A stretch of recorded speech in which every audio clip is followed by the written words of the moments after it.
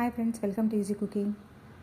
ఈరోజు కాసరకాయ వేపుడు లేదా కాసరకాయ తాలింపు మమ్మీ చేశారు కదా ఇంతకుముందు జొన్న రోటీల్లోకి కాంబినేషన్గా.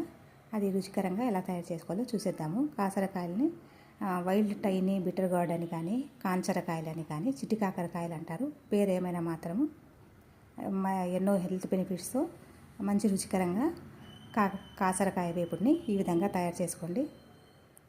అందుకు కొన్ని ఎక్కువగా ఆనియన్స్ తీసుకోవాలండి. ఎందువల్లంటే అవి చిరుచేదు ఉంటుంది కదా కాసరకాయల్లో, ఆ చిరుచేదుని కూడా బ్యాలెన్స్ చేయడానికి నేనైతే ఒక 3 పెద్ద సైజు ఆనియన్స్ తీసుకున్నాను.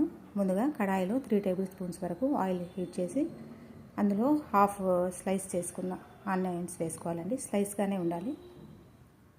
అది కాస్త వేగిన తర్వాత, మరి గోల్డెన్ కలర్ అలా రానవసరం లేదనమాట. కాస్త ట్రాన్స్లెంట్ అయిన తర్వాత 1 tablespoon ginger garlic paste add చేసి ఆయిల్లో చక్కగా ఫ్రై చేసుకోవాలండి.